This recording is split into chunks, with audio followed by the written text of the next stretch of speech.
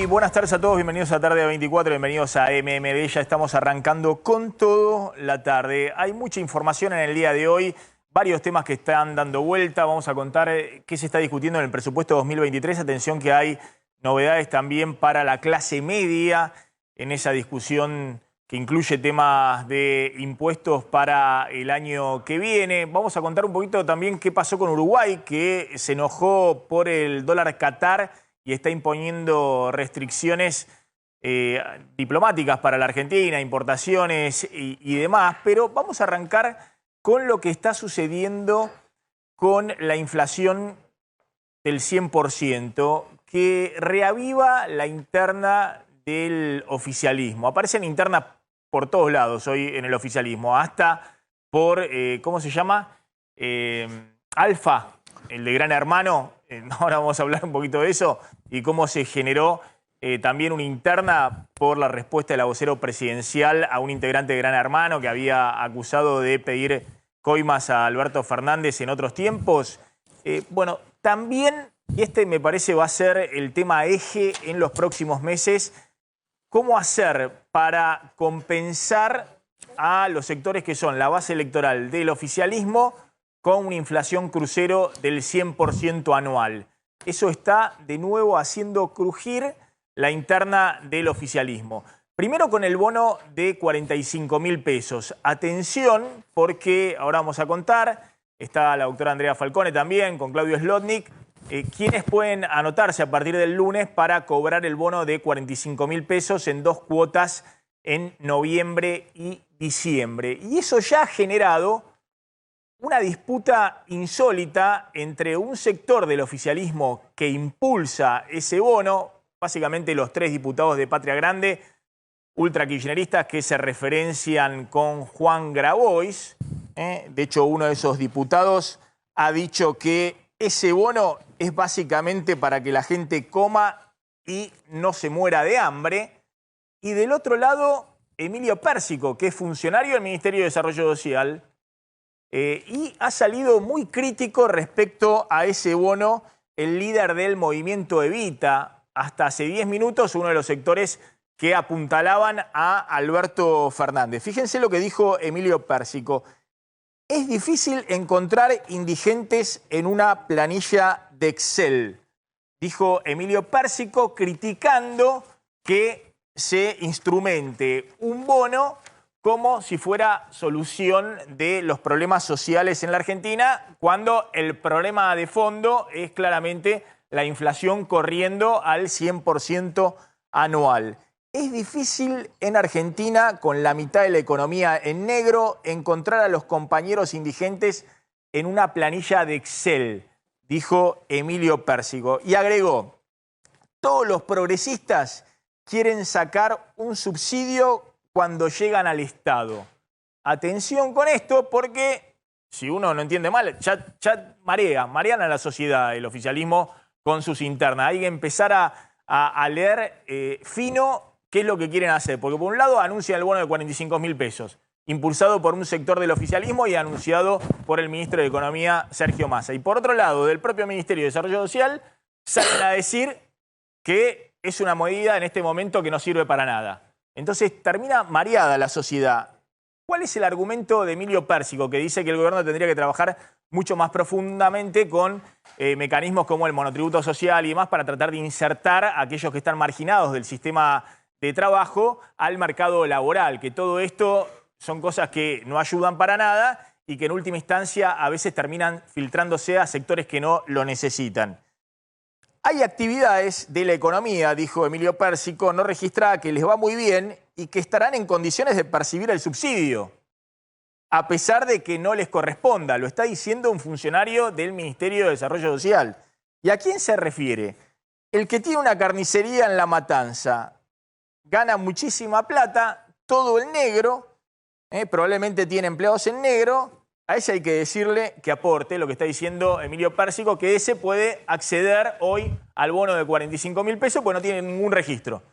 Solo tiene por ahí el DNI, después no tiene ningún tipo de registro de nada. Y de hecho ahora van a ver cómo el bono de 45.000 pesos tiene un montón de restricciones, incluso para sectores sociales que están muy pero muy postergados, que están trabajando en negro pero cobran AUH, entonces no pueden cobrar el bono de 45.000 pesos, o que tienen algún subsidio alimentario y no pueden cobrar el bono de 45.000 pesos. Hay muchas restricciones que los dejan afuera. Ahora, el que no tiene ningún tipo de registro en la base de datos de ANSES puede cobrar los 45.000 pesos. Aún, dicho esto por un funcionario del Ministerio de Desarrollo Social, Emilio Pérsico, aún si tiene una verdulería todo en negro o una carnicería todo en negro en el conurbano. La segunda interna que se ha generado muy fuerte tiene que ver con qué se hace con los salarios en una economía que corre con 100% de inflación crucero. Y ojo que ayer salió Kelly Olmos, la ministra de Trabajo, a decir que el ajuste salarial que está pidiendo Camionero del 130% atenta contra la dinámica del costo de vida, es decir, sugiriendo que eso reimpulsa la inflación. Y hoy salió, en un ratito vamos a ver si podemos dialogar con ella, Fernanda Vallejos, ultra kirchnerista, ultra cristinista, exdiputada justamente nombrada en la lista por Cristina en su momento en la provincia de Buenos Aires, que sale a decir que ni la derecha hoy tiene en la Argentina la idea esta de que los aumentos salariales son motores de la inflación. De nuevo, una interna que se abre de un sector del kirchnerismo bombardeando a la flamante ministra de Trabajo designada por Alberto Fernández. Bueno, ¿quiénes pueden cobrar el bono de 45.000 pesos y quiénes no? Claudio Slotnick. Bueno, lo primero que hay que decir es que justamente ahora vamos a ver cómo este bono va a ser mucho más chico de lo que fue en su momento el IFE. En aquel momento casi 9 millones de personas cobraron el IFE, aquí el propio gobierno está estimando entre 1 millón, no más de 1.200.000 personas. A ver, a partir del lunes, ¿quiénes van a poder anotarse, quiénes van a poder cobrar? Bueno, las personas que no tengan trabajo registrado, o sea, ni en relación de dependencia. Ahora vamos a hablar en un ratito de cómo han perdido poder adquisitivo los salarios respecto a la inflación en los últimos años y cómo esto se ha profundizado. Pero por favor, concentrémonos en esto. Presten atención a esto, todos presten atención atentamente a esto que va a contar Claudio Slotnick. ¿Quiénes pueden cobrar y quiénes no pueden cobrar el bono?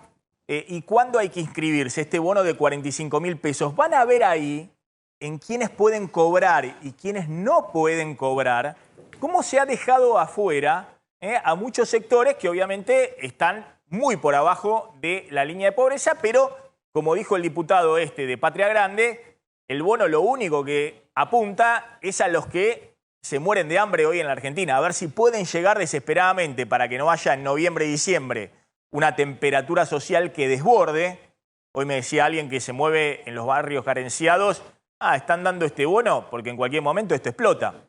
La situación está tan tensa y con planes que hasta ahora venían sin actualización inflacionaria, la tarjeta alimentaria que ahora la van a actualizar, que están dando de urgencia el bono para tratar de llevar la situación en noviembre y diciembre. Presten atención, ¿quiénes pueden cobrar y quiénes no pueden cobrar el bono? Bueno, aquellos que para cobrar el bono no hay que tener ningún trabajo registrado, no hay que tener ingresos formales.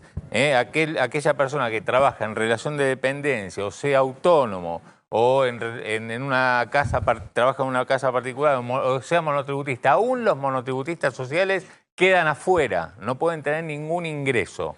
También quedan afuera los jubilados, los pensionados. Pero esto es importante lo que estás contando, es decir, aquellos que están en el monotributo, monotributistas sociales, aquellas que están registradas en las casas particulares, es decir, que hasta ahora pueden cobrar sus hijos la UH, porque justamente era un incentivo para que los empleadores en las casas particulares, al servicio, al personal de casas particulares, los blanqueen. Ahora porque tienen efectivamente ese registro en casas particulares, no pueden cobrar el bono de 45.000 pesos. Claro. Quedan afuera. Es un incentivo justamente para que no se blanquee al personal de casas particulares, por ejemplo.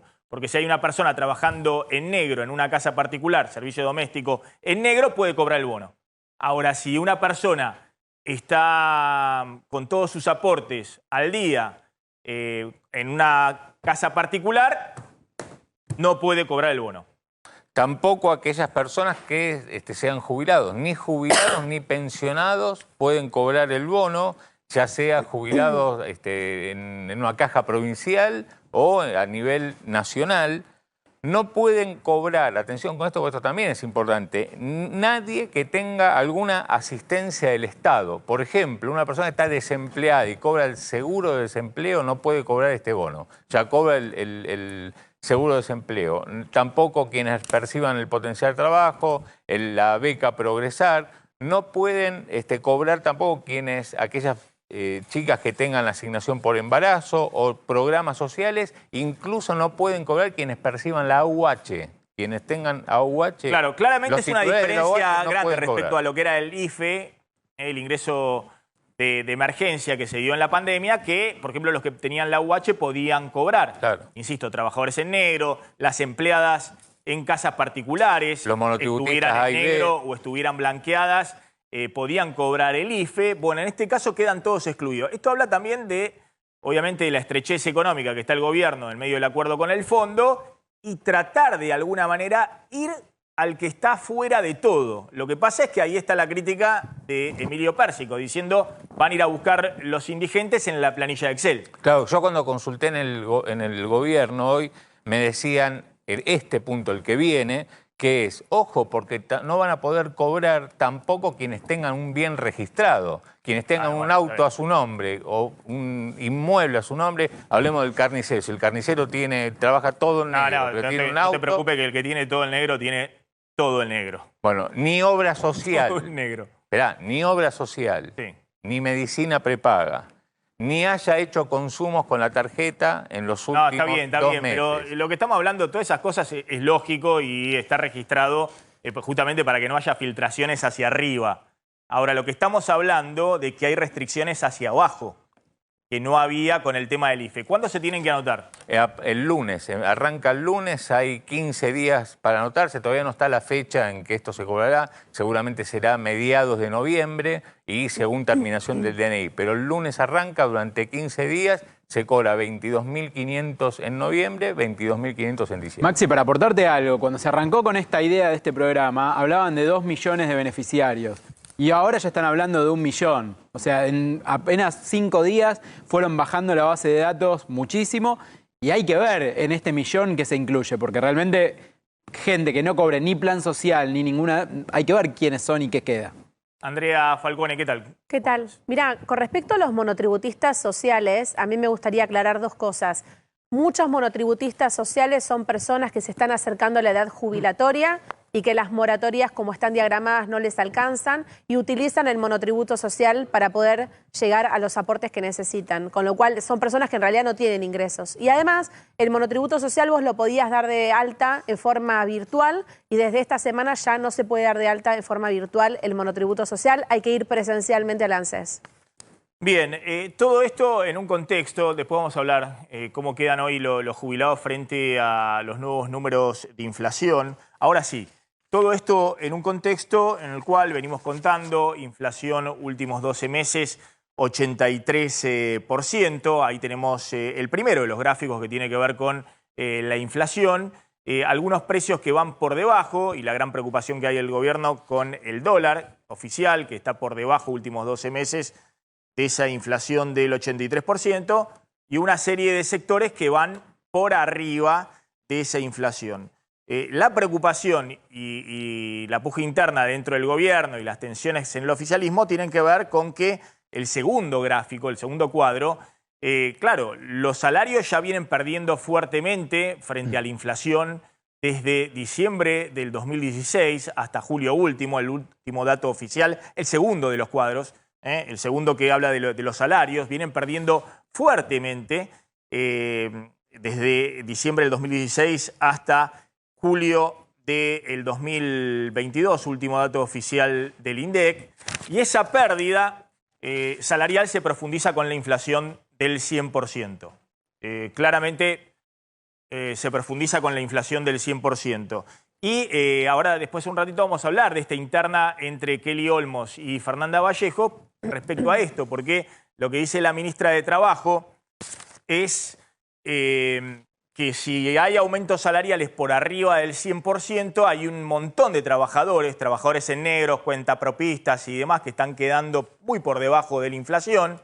Ya en los últimos años, a ver si se puede ver bien acá, lo estoy mostrando, evolución del salario real, diciembre del 2016, julio del 2022, se ve como el salario privado registrado viene perdiendo frente a la inflación, pero mucho más está perdiendo el sector público o los sectores informales.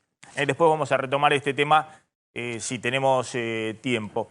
Hablemos, Carlos, ¿qué tal? ¿Cómo estás? ¿Qué tal? ¿Cómo vamos? Sí. Un ratito vamos a hablar de mucha política dando vuelta, pero volvemos al tema de lo que ha ocurrido en Gran Bretaña con la renuncia, apenas 44 días, duró Liz Truss, la primer ministra de Gran Bretaña. Y fíjense esta compilación de sucesos que hace la BBC de Londres, que es muy interesante, más allá de que está en inglés. Van a ver cómo Liz Truss, más allá de que decía hasta hace 10 minutos, como dicen todos, no voy a renunciar, vengo de un partido en el cual no renunciamos, el Partido Conservador, más allá de eso, había venido también con un programa económico de baja fuerte de impuestos, sobre todo a los sectores de empresas y a los sectores de más altos ingresos.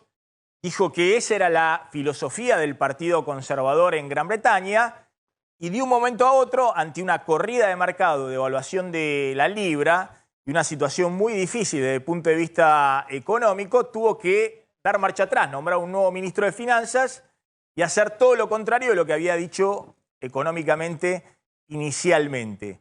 Y después eso no fue suficiente y terminó renunciando. Y mirá, brevemente, son 30 segundos esta compilación de cómo se fuma incluso en los países más desarrollados y más consolidados en las democracias modernas, se fuma el poder político en un chistar en apenas 44 días.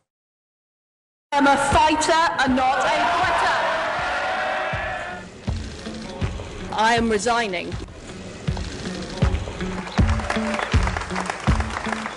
Keep taxes low, cut taxes, lower taxes. You know what that would do for people's mortgages? I want to be on the side of people who do the right thing. What I'm about is about reducing taxes, getting our economy growing. The government has defended its sweeping range of tax cuts from criticism that they favour the better off. Are you absolutely committed to abolishing the 45p tax rate for the wealthiest people in the country? Yes. I listened to what people had to say, and we have changed our policy as a result. The Conservative Party will always be the party of low taxes. Kwasi Kwarteng, the Chancellor, he's gone.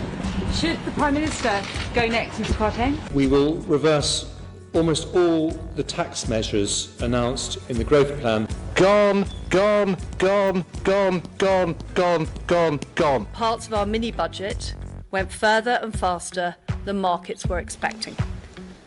How come you get to stay? What credibility do you have? Will you apologize to your party? Bueno, ahí lo que se ve es como la primer ministra decía que tenía un plan de recorte de impuestos, de taxis, muy afirmado, que era parte de la ideología de su partido, lo ratificaba y después no solamente voló su ministro de Finanzas y tuvo que ser reemplazado, sino que hizo todo lo contrario de lo cual afirmaba. Y después, obviamente, tuvo que resignar, tuvo que renunciar.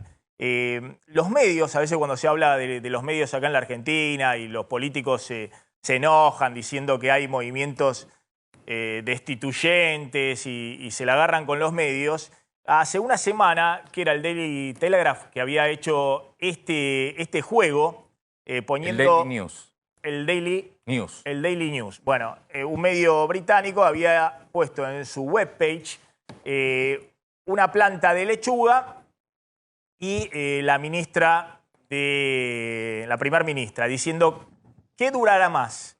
¿La planta de lechuga o la ministra? Y todos los días estaba la cuenta regresiva de estas dos imágenes de la planta de lechuga. Transmitía en vivo, Sí. en vivo. este diario sensacionalista, a través de su página web, le ponía la lechuga y la foto de la primera ministra. Entonces decía, ¿quién durará más en descomponerse? ¿La lechuga o la primera ministra? Y bueno, después de una semana, ayer la noticia fue, ganó la lechuga. Ganó la lechuga. Bueno, para que se den una idea de cómo también está el clima, digamos, en Gran Bretaña. Ahí pásale lo de la lechuga a la producción, así lo podemos mostrar. Y está Marcela Mora y Araujo desde Inglaterra. Gracias, Marcela, por atendernos, muy amable. ¿Qué tal? ¿Cómo están? ¿Qué tal? Bueno, ganó la lechuga finalmente. Parece duro. Ganó la lechuga. Duró más ganó que la lechuga, sí, es el Daily ministra. Star, se llama. Es un tabloide bastante de derecha, por cierto, pero que se ha dedicado en los últimos años a tener siempre la portada más humorística, digamos, ¿no? Es muy, muy, muy sentido del humor, quizás casi como hubiera podido ser la revista Humor en algún momento. Pero la lechuga ganó, efectivamente, y sí, la pregunta era ¿quién dura más? ¿Liz Truss o la lechuga? Y hoy ya está tomando vuelo el ojo con la lechuga, que no se sabe qué gusano puede salir de entre sus hojas. Porque ahora se viene quizás un regreso de Boris Johnson. La ironía de todo esto es que la situación a la que se llegó es porque Boris Johnson perdió la confianza de su gabinete, de su propio partido, de sus ministros y del electorado, renunció, se dio lugar a una especie de circo de campaña, lo ganó Liz Truss, que era la persona menos probable, digamos, menos apta, y ahora renunció Liz Truss. Habiendo en el proceso colapsado completamente, como explicabas hace un ratito, la economía británica, la caída de la libra, el estallido de los bonos, gobierno, los fondos de jubilación y, bueno, una crisis constitucional sin precedentes para este país. Marcela, vos ahí, ¿qué estás viendo en Gran Bretaña? También lo vemos en Francia con las tensiones que ha generado inflaciones no vistas en los últimos 40 años en Europa. Bueno, Gran Bretaña está a 10% de inflación anual, también inédito desde el periodo, digamos, imagino, principio de los 70, la crisis del petróleo. Bueno, ¿qué estás viendo desde el punto de vista social y político? ¿Son sociedades que están sometidas a una tensión que no se había visto en mucho tiempo? Me parece que son casos bastante particulares y diferentes, ¿no? Francia está en una situación de tensión social en las calles, con enfrentamientos, protestas, enfrentamientos con la policía, mucho más rutinarios, incluso antes de la pandemia, digamos, con ciertos grupos de protesta muy vocales. Inglaterra todavía no ha llegado a un punto de protesta en las calles tan alto. Hay sí huelgas de todos los sectores permanentemente, o sea, huelgas de transporte, huelgas del sector de salud se estaban programando, de los maestros, huelgas de los abogados criminales, digamos, defensores estatales.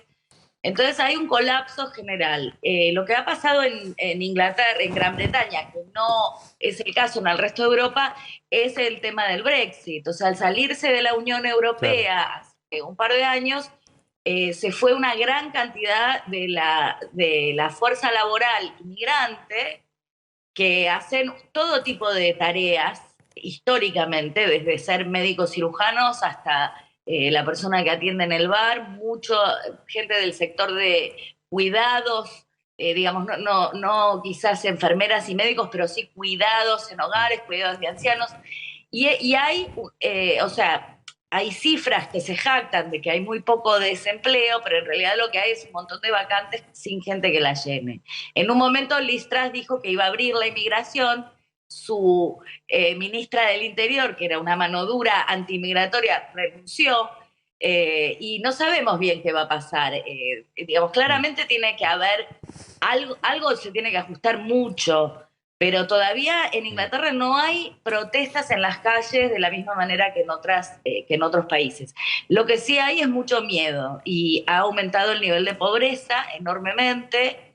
Hay un sector que digamos, de caridad, que se dedica a organizar fondos de comida como si fueran comedores o lo que llaman bancos de comida, donde la gente más que comer ahí se puede llevar comida. Por primera vez esta semana dijeron que no dan abasto, o sea que la demanda sobrepasa lo que ellos tienen para dar. Hay mucho pánico por las cuentas de energía, la calefacción, está empezando a hacer frío estos días, muchos lugares se están cerrando porque no tienen calefacción. Es o sea, realmente yo vivo acá hace 40 años y o sea, viví todos los años de Thatcher, la caída de Thatcher, el auge de Blair. Nunca estuvo así en el sentido de el resquebrajamiento de todas las instituciones, ¿no? Incluso la policía, digamos, que está bajo medidas especiales, la gente ya no confía en la policía. Es una situación muy crítica, pero no la compararía a Francia, que no conozco tanto, pero que entiendo que tiene como una situación en la calle más visible. Incluso, Marcela, ahí podemos ver un gráfico de la duración de los primeros ministros en Gran Bretaña. Obviamente ha habido primeros ministros que han durado más de 11 años, como es el caso de Margaret Thatcher, o ministros que han durado también más de 6 años, como es el caso de Mayor, o Blair, el laborista, que ha durado más de 10 años también. Pero claro, la sorpresa, y se ve ahí en ese gráfico, a ver si podemos visualizarlo en pantalla, es que 44 días es algo inédito en la historia de Gran Bretaña, del Reino Unido. Nunca se ha visto algo así.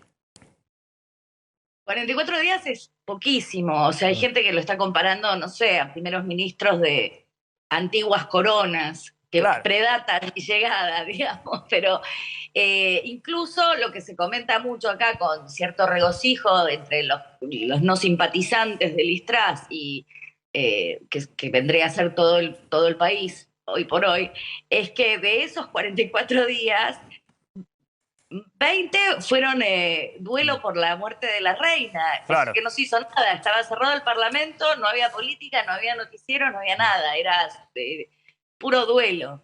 Con lo cual, se lo dijo una entrevistadora de Sky, Beth Rigby, que es muy punzante, ni bien, digamos, el fin de semana que colapsó la libra ante su primer mini presupuesto, como lo llamaron, 15 días sin hacer nada porque murió la reina. O sea que en 20 días colapsó la libra, tuvo que intervenir el Banco Central para salvar los fondos de pensión, se resquebrajó todo. O sea, ¿cómo hizo para tan rápido destruir todo?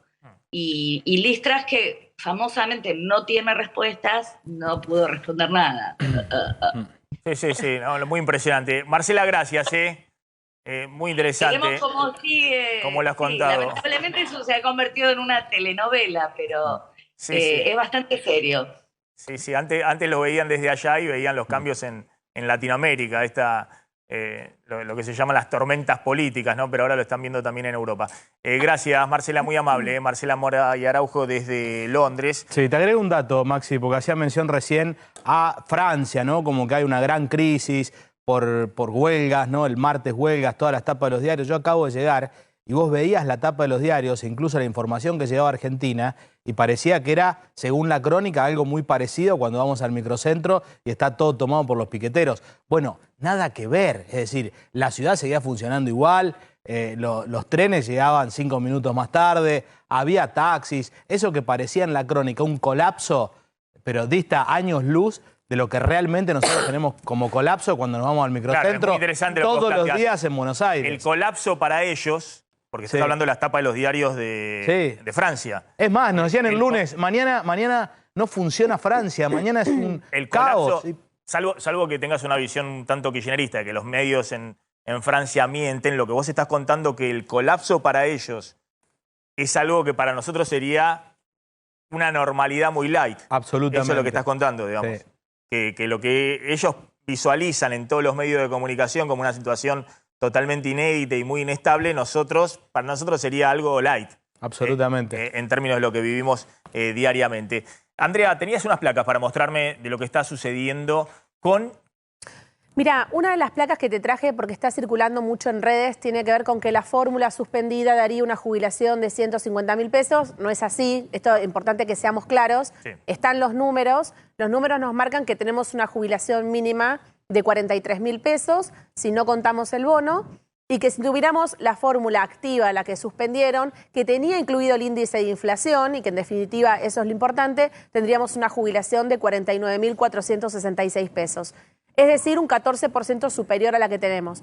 ¿La fórmula suspendida es mejor? Sí, claro, porque tienen el índice, la inflación, que es uno de los índices que usan todos los países desarrollados. Ahora, fíjate que ¿a qué número te hace acordar esto?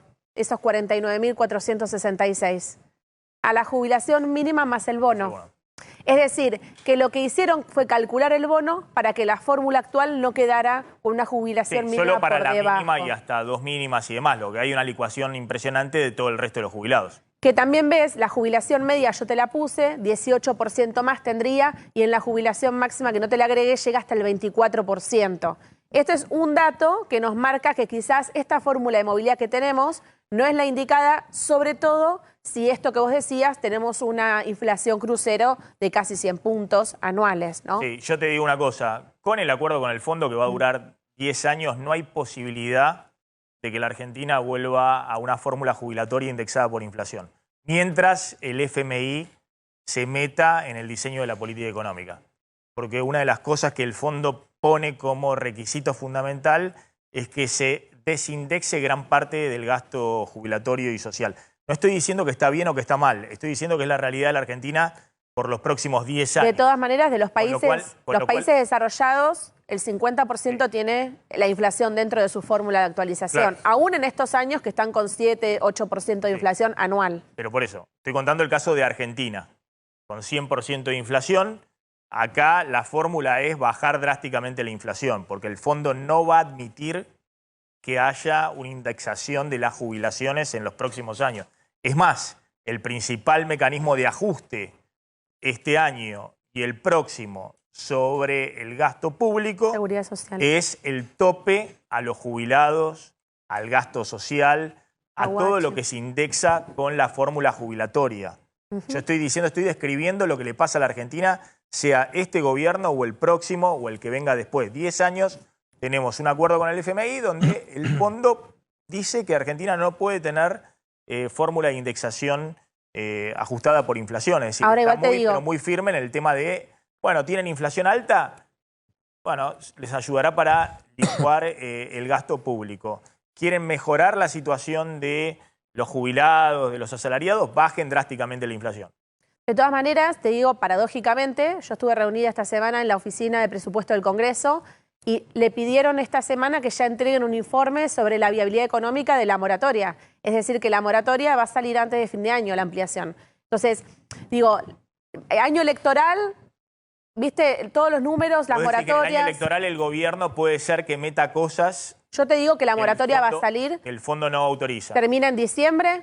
8 de cada 10 personas necesitan moratoria en alguna proporción para jubilarse. Cuando arrancaron las moratorias era 5 de cada 10, estamos 8 de cada 10. O sea que la degradación del trabajo formal que nos permite llegar a los 30 años de servicios es evidente. Y sin moratorias hoy, la caída de altas nuevas de jubilaciones va a ser dramática, con lo cual yo creo que en este sentido es que se pide este informe a la OPC para que diga cuál va a ser el costo de esta nueva moratoria que va a salir y evidentemente esto ya se va a tratar entre tablas este año. Bueno, el otro tema, no sé si tenías una placa adicional. Sí, que esto del empleo informal que salió publicado esta semana tiene un impacto directo sobre la financiación del ANSES. En dos puntos. Primero, porque se utilizan los aportes y contribuciones de los trabajadores activos hoy para poder financiar el pago de prestaciones y como contrapartida de esto que hablamos, si no tenemos trabajo en blanco, no llegamos a los 30 años de servicios y como consecuencia necesitamos las moratorias previsionales. Hubo un incremento de 20 puntos en el último año en el trabajo informal. Ya estamos alcanzando casi el 43% de los trabajadores y acá yo te sumo otro dato porque hay una grave precarización de los trabajadores utilizando la figura del monotributo, que obviamente esto impacta en que el número real de informales sea mucho más alto.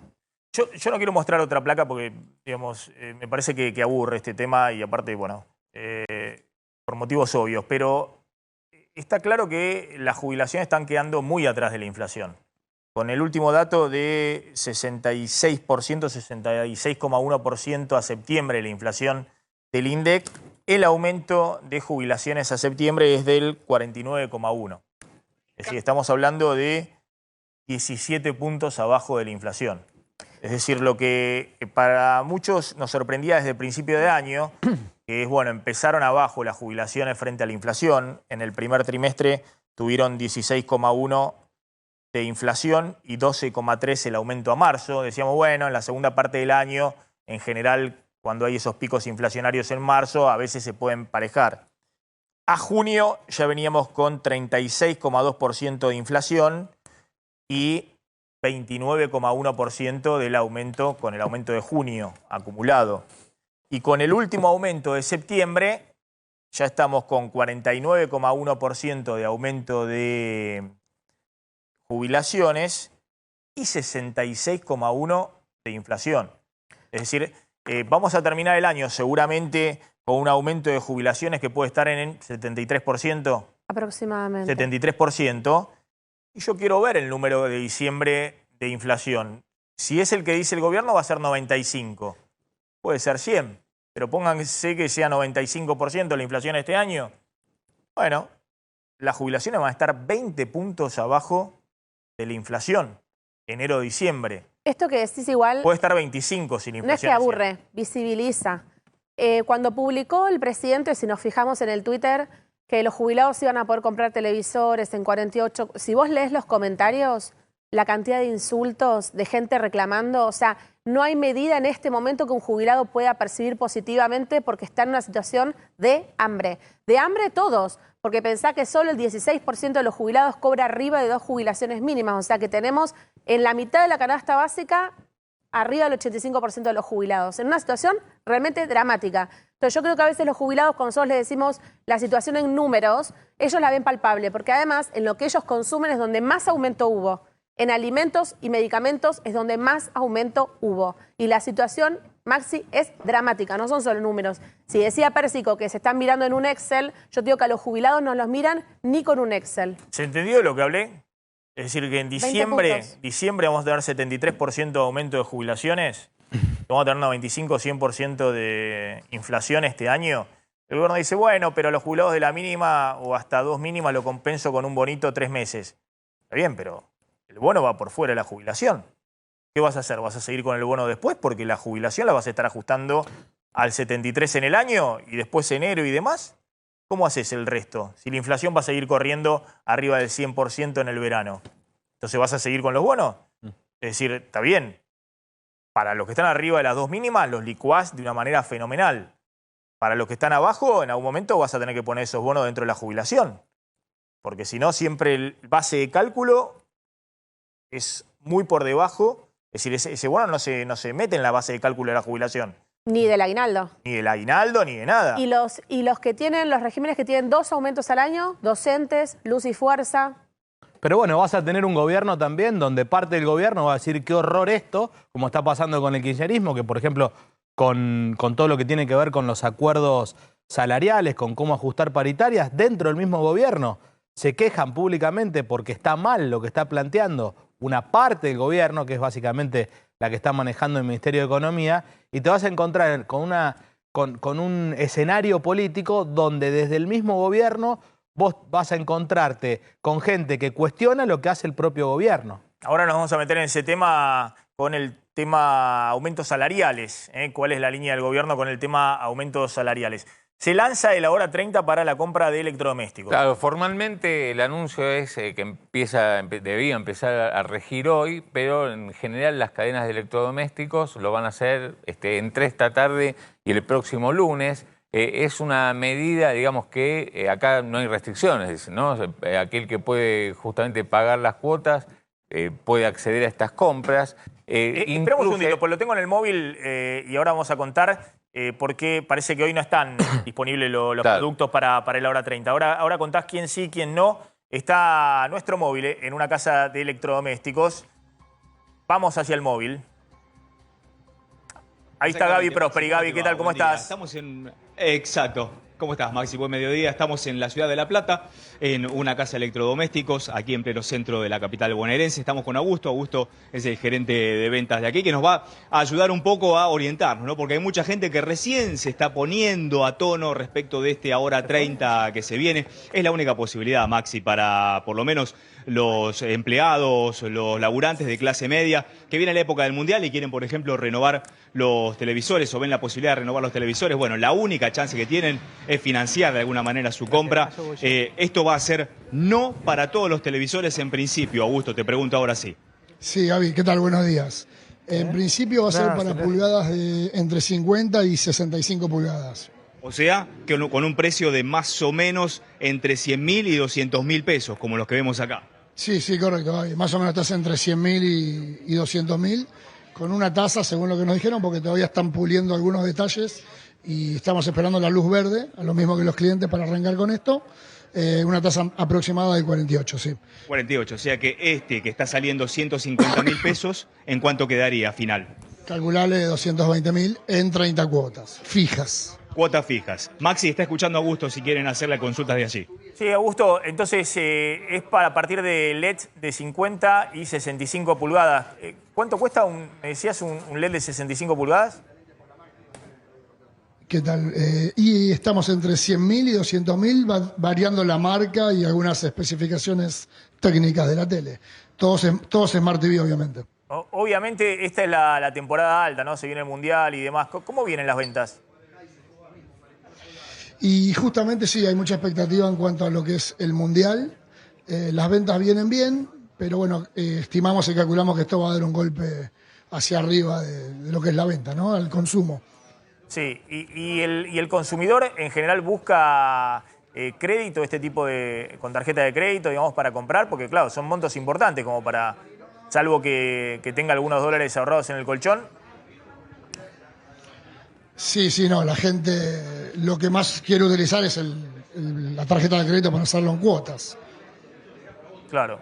La pregunta es si hay margen en las tarjetas de crédito, ¿no? Para poder ingresar un gasto de esta magnitud en la tarjeta. Claro. Sí, sí, el cliente tendría que tener un límite disponible para poder hacer las compras, obviamente, sí. Necesita el saldo total financiado. Y otro de los elementos, de los productos, de los artículos, Maxi, que obviamente la gente pregunta, no solamente por la época del Mundial, esto es de todo el año, son los celulares, ¿no? La posibilidad de tener un celular nuevo. Esto también incluye a este programa, es importante decirlo. Sí, por lo que tenemos entendido, como les decía inicialmente, estamos esperando la definición de esto, pero celulares nos confirmaron que entraría dentro del plan. Creo que van a ser celulares hasta 120.000 pesos, celulares de gama media y baja. Y bueno, sería un impulso importante también para la venta de celulares porque es de las categorías de los rubros más vendidos. Celulares y televisores son los más vendidos. Por ahora, aparte, entonces, acompañaría el programa a lavarropas, heladeras y aire acondicionado también. Ah, eso también entra. Sí, estimamos que va a entrar. Sí, Augusto, ¿hubo aumentos de precios en estos últimos días cuando ya se sabía que arrancaba este plan? No, los precios se van manteniendo, al menos acá en nuestra casa, en Casa Naldo, se vienen manteniendo, más allá de algún ajuste esporádico, según inflación o según, bueno, lo que le vaya a vender el proveedor después, ¿no? Con algún aumento a la empresa. Sabés que acá preguntan si notebooks entran, y ¿entran o no entran notebooks? Notebook no nos confirmaron nada, lo que sí está confirmado que son lavarropas, heladeras, en lo que es primera necesidad, aire acondicionados y celulares y televisores. Y en el caso de las heladeras... En el caso de las notebooks hay un problema adicional que hay un faltante en el mercado, ¿no? Y se dispararon los precios, ¿no? Porque son uno de los productos mayormente importados y tengo entendido que ahí hay dificultades grandes, ¿no? Sí, en cuanto a lo que es la categoría, el rubro de notebooks, hay mucho que también se ensambla acá en Tierra del Fuego, sí. Con lo cual nosotros algunas variantes tenemos. Bien. Pero es una categoría que por ahí está con menos profundidad de stock que otras, ¿no? Por ejemplo, lo que hablábamos recién, televisores, celulares. Augusto, y en el caso de las heladeras, hasta 200.000 pesos, ¿de qué tipo de heladeras estamos hablando? Podemos hablar de lo que es laderas cíclicas, laderas no frost. Ahí, hasta ese monto que mencionás, hay un abanico bastante amplio en lo que es heladeras. Pero puede ser cíclica, puede ser no frost, blanca, inoxidable, con dispenser de agua, sin dispenser. Es variado, digamos, el rubro laderas en ese sentido. Bien, Augusto, gracias. Gaby, cerrás desde ahí, por favor. Sí, y mucha gente que viene también a consultar y nosotros que servimos como medio, ¿no? Mucha gente que viene, por ejemplo, a preguntar financiación de todo tipo. Algunos que tienen la posibilidad de hacerlo en un pago, los de menos. La inmensa mayoría de la gente necesita financiación y esta posibilidad de la hora 30 viene justamente aquí para la consulta y permanentemente están. Augusto, cortito, vienen a preguntar permanentemente, ¿no? Permanentemente, sí, sobre todo estos últimos días se ve que ya está el voz populi en la calle de que va a arrancar estas 30 cuotas y bueno, cada vez se hacen más frecuentes las preguntas de la gente, a lo que le decimos que ni bien tengamos esto, nada, que ya pueden venir a hacer las operaciones. Por la tarde ya estaría dispuesto. Bien, Gaby, gracias, muy amable. Ahí estaba Gaby Prosperi. Bueno, resumí cómo es el tema del plan. Obviamente ha tenido la Casa de Electrodomésticos la gentileza de habilitarnos. No voy a decir el tema de la financiación de las casas de electrodomésticos, pero son una locura. Estamos hablando de 200, 250 de costo financiero total o más. Por eso, bueno, este ahora 30 que tiene, tengo entendido, 48%. 48% nominal, hay que ver cuánto... El costo financiero total. Y claro, puede sumar algunos puntos más, pero... Aún así, está va a estar debajo, a la mitad. Está muy por debajo del mercado. Vos fíjate que el ahora 12 tiene costo financiero total del 100%.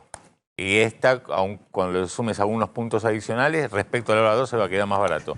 Bueno, a ver, tope de 200.000 pesos, 120.000 para los teléfonos, que son de gama baja y gama media, 30 cuotas máximo, pero para los jubilados y pensionados hasta 42 cuotas. La tasa, lo que decíamos, 48%, y el compromiso de los fabricantes y las cadenas comerciales de mantener congelados los precios en principio 60 días, que es lo que dura el plan. Este plan va a estar vigente hasta Navidad, hasta el 22 de diciembre. Así que hasta ese momento, precios congelados. Ahora fíjate, Maxi, qué curioso, hay una nota en La Nación hoy de Francisco Wegen que dice, mientras por un lado sacan este ahora 30 con 48% para que la gente tenga accesos a este tipo de productos. Por otro lado, en la versión del presupuesto que tuvo dictamen y que va a bajar al recinto la semana que viene, se incrementan los impuestos a este tipo de productos. Pasa del 6,55 a casi el 10% el gravamen para lo que se produzca en Tierra del Fuego y aumentan también la alícuota de impuestos a la importación del 17 al 19%. Es decir, por un lado, facilitan este tipo de productos a tasas subsidiadas, pero por el otro lado incrementan con más impuestos a los mismos productos. Bueno, engancho ahí el tema presupuesto 2023 y justamente se buscan eliminar algunas exenciones tributarias. Nosotros hemos contado que el régimen de Tierra del Fuego es el que mayor costo fiscal supone para el presupuesto nacional. Para el año que viene 0,35 del PBI. Y ha sido muy criticado por eso, porque aparte es un sector que accede fundamentalmente al dólar oficial de 150 pesos. Pero también estaba ahí en el presupuesto dos cuestiones de las cuales vamos a hablar en un ratito. Uno, algo que introdujo la oposición, que es un beneficio para la clase media, atención para descontar ganancias de todo el gasto de la educación privada. Atención que eso es algo importante, lo vamos a contar en un ratito. Y otro es algo que insiste el oficialismo y que no se sabe bien cuál es la posición de la oposición en este momento. En su momento también la oposición ha tratado de impulsarlo, que es eliminar la exención de pago de impuestos a las ganancias para todos los jueces, fiscales y funcionarios judiciales. Recordemos que ya ha habido una modificación a la ley que establece que para los nuevos esto ya rige, que tienen que pagar impuestos a las ganancias, pero hoy un juez que gana, o un fiscal que gana, no sé, 400.000 pesos, paga cero de impuesto a las ganancias, en una situación de mucha disparidad con cualquier trabajador, con un camionero, con un profesional independiente, con un trabajador petrolero, con cualquiera, o un bancario, que pagan una carga de ganancias muy, pero muy fuerte. Está el doctor Gil Domínguez. Gracias, doctor, por atendernos. Muy amable. Buenas tardes, Maxi. ¿Cómo está usted? Y está Julio Piumato, el líder del gremio de judiciales. Julio, ¿qué tal? ¿Cómo anda? ¿Qué tal? ¿Cómo estás, Maxi? Bueno, Buenas tardes. empiezo por Piumato. Yo tengo familiares incluso que han estado en el Poder Judicial y muy cercanos y que han trabajado muchísimo y que ahora están jubilados, jubiladas y que obviamente les rige esta exención del impuesto a las ganancias y cada vez que hablo de esto se enojan porque obviamente la familia judicial tiene este tema de la exención de impuesto a las ganancias desde siempre. Ha salido el gremio de Piumato a defender este tema. ¿Por qué, Julio? Y vos sabés, Maxi, hace muchos años hablamos de lo mismo. Primero por un tema de principio, ¿no? El salario no es ganancia. Vos te debes acordar que hasta el 2009 era una minoría que pagaban impuestos a las ganancias. Después, cuando la 125 salió negativa, lo que se hizo del gobierno y los gobiernos que siguieron hicieron lo mismo, reemplazaron lo que dejó entrar de la renta extraordinaria del campo, lo reemplazaron con el impuesto a los trabajadores.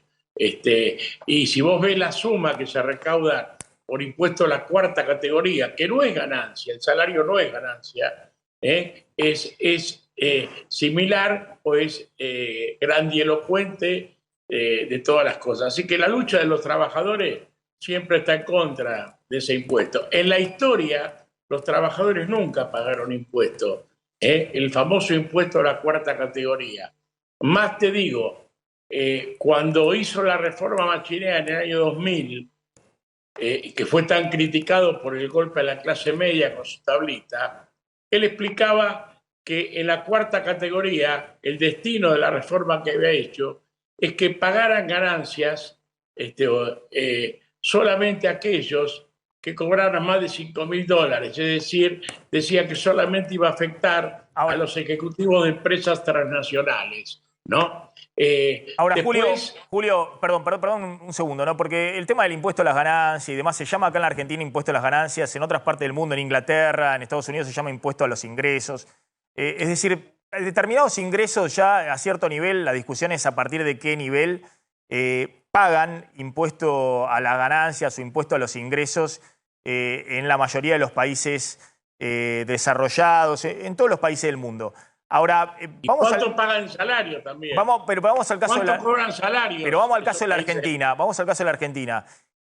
Acá estamos ante una situación donde jueces, fiscales, funcionarios judiciales están en una situación de excepcionalidad respecto a mi situación, a la de un camionero, a la de un petrolero, a un aceitero, de un obrero de la construcción, de un colectivero.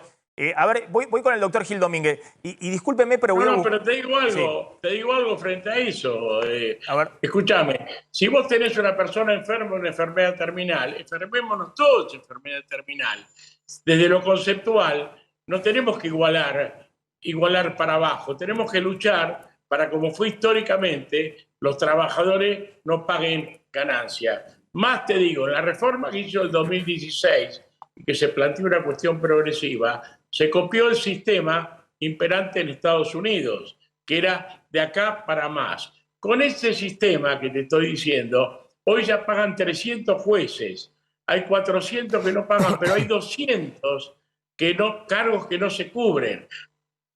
Con lo cual, si siguiera el sistema como está hasta ahora y se cubrieran los cargos, cosa que no es responsabilidad de la justicia, que no se cubran los cargos, es del Poder Ejecutivo y del Senado Nacional, ya más de la mitad de los jueces ya pagarían sin afectar derechos constituidos. Entonces, lo que estamos diciendo hoy, que en lugar los trabajadores, sean judiciales o sean de cualquier actividad, no son los responsables del drama argentino. Los responsables del drama argentino son los que saquean. Entonces acá hay que hacer una reforma tributaria seria donde paguen los que tienen que pagar y no siempre emparchando y haciendo pagar a los trabajadores. A ver, lo sumo al doctor Gil Domínguez y les pido disculpas, voy a fijarme el mail que envié esta mañana del cuadro de exenciones tributarias que hay para el presupuesto 2023. Así que pido disculpas a la pantalla, no sé si el director me quiere mantener en pantalla, pero voy a fijarme con mis anteojos para dar el número exacto de cuánto dejan de pagar los jueces el año que viene de impuesto a las ganancias, que son fondos que dejan de ir al fisco y se quedan en el bolsillo de jueces, de fiscales, de los que tienen esta exención de impuesto a las ganancias. Doctor Gil Domínguez, hay una defensa de toda la familia judicial respecto a que esto está en la Constitución, de que los jueces no pueden pagar impuesto a las ganancias.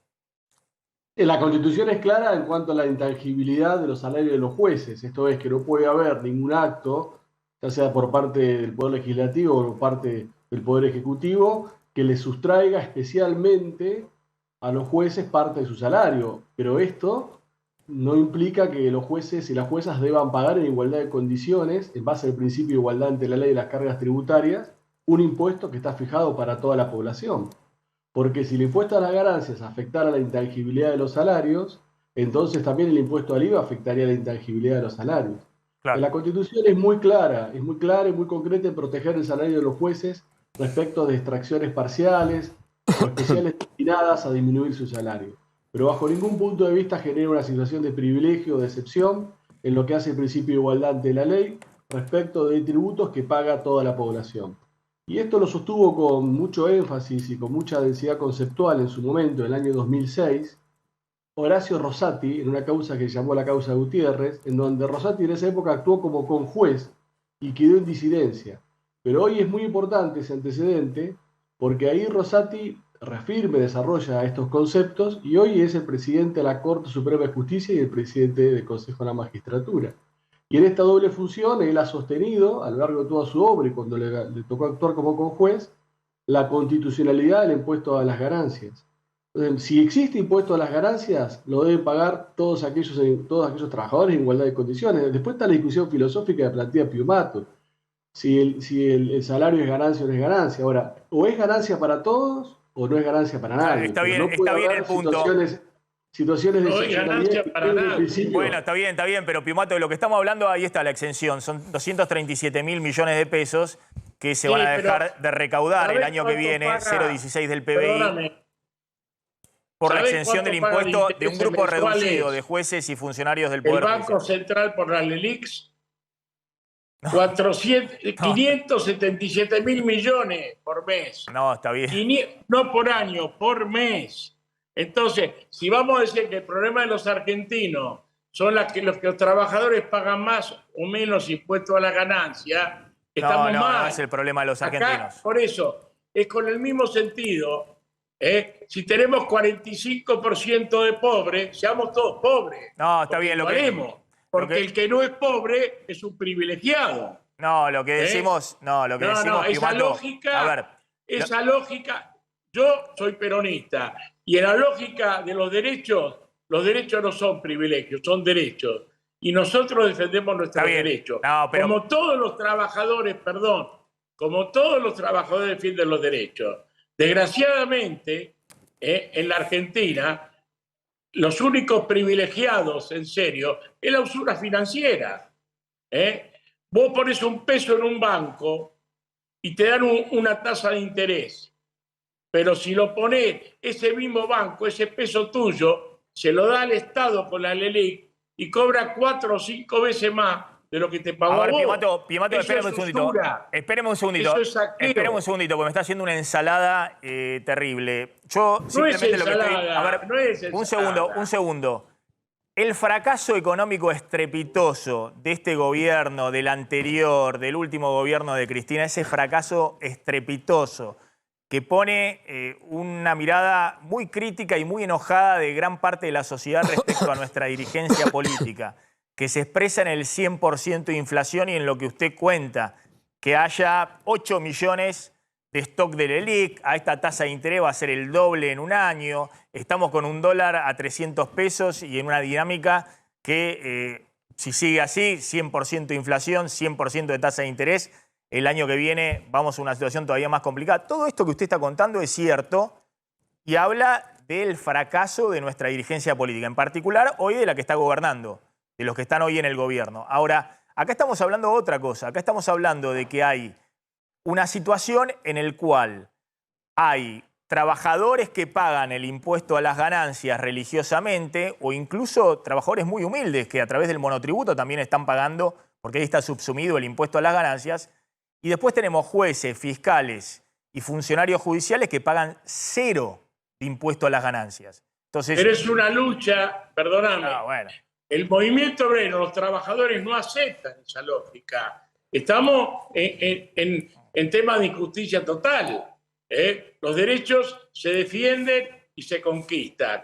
Pero te digo más, un tema especial, porque todos hablan de igualar. Bueno, si igualamos, permitámoslo a los jueces y a los empleados judiciales el libre ejercicio de sus profesiones y el libre ejercicio del comercio, que nos es vedado. Entonces, bueno, cumplimos nuestra función y después buscamos por otro lado. Los únicos que están vedados en la Argentina a esa cuestión son los agentes, funcionarios y magistrados del Poder Judicial y de los ministerios públicos. Entonces, si vamos a hacer lo mismo, igualémonos bien. Jauretche decía, primero igualémonos y después caminamos. Porque acá queremos igualar por un lado, pero después que el Poder Judicial siga teniendo las cargas que sigue teniendo. Te digo algo, Maxi, en la justicia no hay ñoquis. Este diputado Cacareto que mandó esto está lleno de ñoquis en su lugar de los legisladores. El diputado, perdón, el diputado... Casareto. No, pero que bueno. El diputado... No, dígamelo. No, Cacareto, porque digo que cacarean en un lado, son como el coso, cacarean en un lado, ponen los jugos en el Está hablando otro. de un diputado del Frente de Todos, el diputado por Entre Ríos del Frente de Todos. Sí, pero Casareto. que conoce muy poco, hay un constitucionalista, ese diputado dijo ayer, no me vengan a hablar de independencia de la justicia. Evidentemente para él, la independencia del Poder Judicial no es una cosa importante. Está bien, pero, no es una, pero digo, para para ponerlo bien en términos, usted está diciendo que ese diputado está lleno de ñoquis y que plantea el tema de... Anda al Congreso, yo lo digo. Vos no sabés que el Congreso está lleno de ñoquis. Pero perdóname, vos no sabés que el Congreso está lleno de ñoquis. En la justicia no hay ñoquis, te invito a recorrerla. Al contrario, falta personal, falta presupuesto, faltan edificios, falta todo en la justicia. Claro. Estamos trabajando en condiciones patéticas en la justicia. Cierro, hay cosas que está contando que son muy interesantes, verdaderamente muy interesantes. Pero bueno, yo insisto, lo que usted plantea, que no pueden ejercer la profesión de otras actividades como abogado y demás, eso podría ser, bueno, darles un incentivo salarial o ponerse todo en un aumento salarial, pero me parece que algunos paguen impuesto a la ganancia y un grupo no pague impuesto a la ganancia, creo que es una cuestión de inequidad. Cierro con el doctor Gil Domínguez. A mí me parece algo paradojal. En esta discusión yo veo algo paradojal, que Julio está defendiendo que no paguen impuesto a las ganancias los jueces, los fiscales, los empleados del Poder Judicial, como miembros del Poder Judicial y como funcionamiento del Poder Judicial, y los abogados y las abogadas litigantes que somos parte y hacemos parte del funcionamiento de ese sistema, pagamos impuestos a las ganancias sin ningún problema, sin ninguna discusión y afrontando los costos, no solamente del pago del impuesto a las ganancias, sino todos los costos profesionales que tenemos para hacer funcionar el estudio jurídico y para darle trabajo a quienes colaboran con nosotros. Como si los abogados, pero también los abogados no fuéramos parte del sistema. Porque los salarios de ustedes están atados. No, está bien, no puedo seguir. Con nosotros, Les agradezco, doctor Gil Domínguez, porque si no vamos a seguirla. Ahí quedó claro el punto. Perdón, Maxi. Piumato me la sigue hasta... El martes 25 hacemos un paro nacional, los judiciales, en contra de esto. Porque el salario no es ganancia. Ahí está, bueno, ahí está perfecto cómo ha planteado Piumato todo. Llamó que está lleno de ñoqui un diputado del Frente de Todo, del oficialismo, que está planteando esto, así que seguramente habrá algún tipo de reacción. Y perdóname, y te digo más, el presidente de la comisión, Heller, su banco, disfrazado de cooperativismo, no paga ganancia. Ahora, y eso no es una discriminación, ¿cuánta plata gana el banco Credicop ha ganado en todos estos años? y no paga ganancias. Muy interesante. ¿Eso es justo? Otra de las exenciones que hay de impuesto a las ganancias en el presupuesto a las cooperativas. También están las obras sociales. Bueno, hay un montón de sectores que están exentos del impuesto a las ganancias, además de los jueces. Gracias a los dos. Gracias, Piumato. Gracias. Abrazo, Maxi, un gusto. Gracias. Abrazo, Gil. Ojo que hay varios temas dando vuelta. ¿Qué va a pasar con la cosecha de trigo? Sí. Atención que menos divisas para este fin de año. Es tremendo, Maxi. Llovieron algunos poquitos milímetros ahora hace algunos días, a principio de esta semana en la Pampa Húmeda, 5 milímetros en algunos pueblos, 8, 10 milímetros, pero eso no alcanza para frenar este flagelo tremendo que tiene que ver con la falta de lluvias en toda la Pampa Húmeda. Estiman, y ahí coinciden distintos analistas de la Bolsa de Cereales de Rosario, que es la bolsa por excelencia, de la rural y tal, que solamente por las pérdidas en la cosecha de trigo, vos sabés que el trigo se cosecha en diciembre, enero, el gobierno va a dejar de recaudar más de 3.000 millones de dólares producto de esta sequía, que también puede llegar a afectar a la cosecha gruesa, a la cosecha de soja. Es bastante crítica la situación e incluso en algunos lotes ya le están echando las vacas y lo que se también prevé es que incluso pueda llegar a faltar trigo en el mercado interno. ¿Te acordás que en algún momento hablaban de importar desde Uruguay?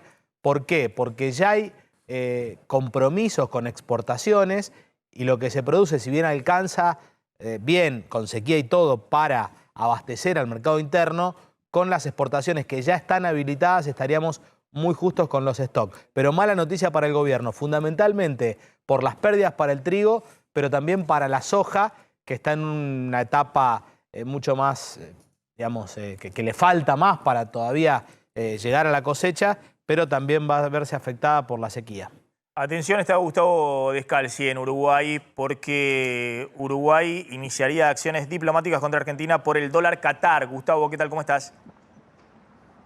¿Cómo le va? Bueno, distorsión es lo que se dice aquí en mi país. Esto es una distorsión que se agrega a un problema que ya tenemos, el hecho de que la asimetría cambiaria permite que el uruguayo salga al extranjero, en el caso de la Argentina, a comprar. Los que llegan acá se les plantea esta distorsión. ¿Cuánto es el dólar Qatar? Hoy dicen que puede ser 3.20, puede ser 3.50, nadie sabe cuánto va a costar.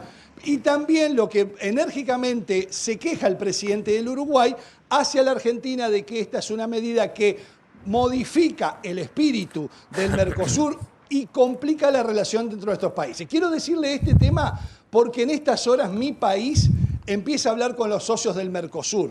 Porque no solo le afecta al Uruguay, le afecta al Brasil, le afecta a Paraguay. Nosotros somos socios de un acuerdo arancelario y de un acuerdo comercial. Que usted, Maxi, puede decir, bueno, no funciona como nosotros queremos. Perfecto, no funciona como nosotros queremos.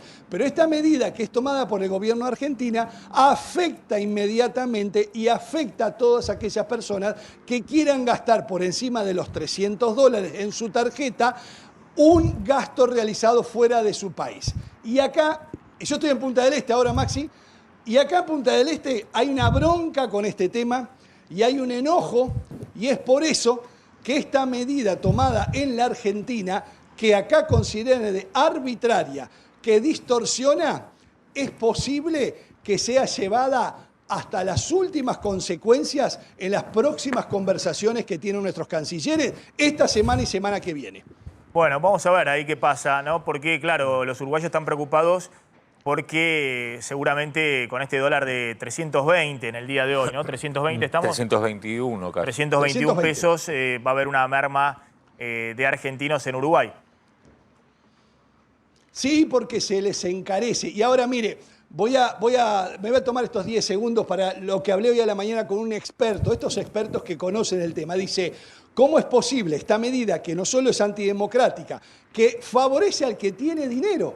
Y me pone el ejemplo, dice, imagínese usted, un carnicero de Lanús, un colectivero de Córdoba que no está alcanzado por el impuesto a las ganancias, va a pagar con su tarjeta más caro que cualquier argentino. Voy a poner el apellido del hombre más rico de la Argentina, por decir Galperino, por decir un Pérez Compán, o por decir, por ejemplo, un Fortabat. Bueno, Esos millonarios van a pagar un dólar mucho más barato que cualquier Juan Pérez. ¿Por qué? Porque a ellos se les permite además una parte de ese impuesto descontarlo de ganancias. Bien. Y que no lo puede hacer una persona común, un laburante común. Entonces, acá vuelve otra vez a distorsionar este escenario. Y le digo la última, es posible que se consulte internacionalmente y tal vez este incidente o pase como un incidente o pase como una presentación internacional en algún foro internacional o algún juzgado internacional, porque creen que son medidas que perjudican el normal relacionamiento bilateral y del Mercosur. Gustavo Descalzi, gracias, muy amable. Atención con quiénes son los detenidos de Revolución Federal y si hay algún vínculo con el atentado de Cristina Fernández de Kirchner. Sí, Maxi, bueno, porque hoy en esta jornada están por empezar, si es que no empezaron ya, en estos instantes, las indagatorias a los 4 detenidos. ¿Quiénes son los 4 detenidos? Tenemos ahí algunas placas. Son Jonathan Morel, que es el líder de Revolución Federal, es el que había llevado la carpintería que tuvo como clientes a la familia Caputo. Leonardo Sosa, Gastón Guerra y también Sabrina Basile, que esto lo anticipamos ayer como último momento, que estaba siendo buscada, finalmente se entregó ante la justicia. ¿Por qué se los investiga? Bueno, fundamentalmente se los investiga por lo que tiene que ver con las amenazas que profirieron contra Cristina Kirchner, no por la causa del atentado. Sí investigan si hay alguna relación entre los miembros, porque recordamos que Brenda Uliarte estaba vinculado o había participado en alguna marcha, pero en principio son 2 causas absolutamente separadas. ¿Qué va a pasar? Perdón, ¿por amenazas se dicta la detención? Es por las amenazas y por la agresión, por las presuntas agresiones a los funcionarios públicos. No es por una investigación al atentado a Cristina Kirchner. Son 2 causas separadas que se transmiten en 2 juzgados completamente. Concretamente la carátula es instigación a la violencia. ¿Sí? ¿Por qué? Porque dijeron una serie de frases que también las tenemos. Por ejemplo, Jonathan Morel, en redes sociales. Nuestro objetivo, perdón, en una entrevista periodística, nuestro objetivo es que los kirchneristas tengan miedo de ser kirchneristas. Esto decía Jonathan Morel, uno de los líderes de Revolución Federal, que es justamente el que armó, por ejemplo, la guillotina que se vio en los scratches a distintos funcionarios públicos. Leonardo Sosa, ¿qué dijo en redes sociales? A nosotros los funcionarios nos cagaron la vida con los impuestos y los queremos presos o exiliados. Otro de los detenidos, Gastón Guerra, también en redes sociales. No mates 2, matá 100. Y Sabrina Basile, que es un personaje que hasta ahora resultaba más bien desconocido, que no se conocía su militancia activa. No queda del todo claro por qué la eligieron a ella para irla a buscar y no a otros miembros de Revolución Federal, pero planteó, estamos convocando en una de las manifestaciones, estamos convocando para salir a la calle y que pase lo que pase con los neomontoneros. Estas son las expresiones que hacían en redes sociales, en declaraciones periodísticas o en un ámbito que se llama Twitter Spaces, que es como una especie de conversación pública que se puede tener vía Twitter a través de audio y donde también se habló en varias circunstancias de cómo había que hacer para tratar de lastimar a los líderes de la cámpora, hablaron de Máximo Kirchner, entre otros. Judicialmente, ¿qué es lo que va a pasar? ¿Cuáles son los procedimientos? Bueno, estaban, por un lado, hubo un entrecruzamiento entre el juez y los abogados y estaban esperando poder hacer la indagatoria que se iba a hacer vía Zoom para resguardar la seguridad de los detenidos. A partir de eso se va a ver cómo se sigue, si es que hay nuevas personas que deban ser detenidas. Hubo 11 allanamientos ayer. En alguno de esos allanamientos se habría encontrado material que servía para hacer antorchas o para hacer bombas Molotov, es decir, material que claramente ya hablamos de pasar de una violencia verbal a una violencia física. Y a partir de lo que salga en la indagatoria se va a ver cómo se sigue. Los abogados de los detenidos van a pedir la liberación de los detenidos porque consideran que estos delitos que estamos hablando, incitación a la violencia, son delitos excarcelables. O sea que en teoría la justicia debería darles ese beneficio de la excarcelación, aunque se habló en algún momento de la posibilidad de que Jonathan Morel pudiera escapar y en ese caso sí podría caberle la figura de la previsión preventiva. Y la otra cuestión a tener en cuenta y la otra línea de la investigación tiene que ver con la familia Caputo. ¿Estaba la familia Caputo financiando la actividad política de Revolución Federal o estaba la familia Caputo financiando, como se dijo, una actividad de carpintería o contratando un servicio de carpintería? Bueno, el abogado de la familia Caputo se presentó espontáneamente ante el juzgado y presentó toda la documentación que probaría que estábamos hablando de un trabajo de carpintería y que los precios que había pasado Jonathan Morel eran muy beneficiosos. Esto es lo que planteó el abogado, que es Matías Cunio Libarona, de la familia Libarona. Habrá que ver qué nuevas pruebas aportan en el expediente, pero en principio, en todo lo que tiene que ver con esta causa, la familia Caputo que estaría quedando afuera, más allá de que van a continuar investigando los papeles. Ese es el estatus en este momento de la causa. Estamos esperando la indagatoria con los 4 detenidos.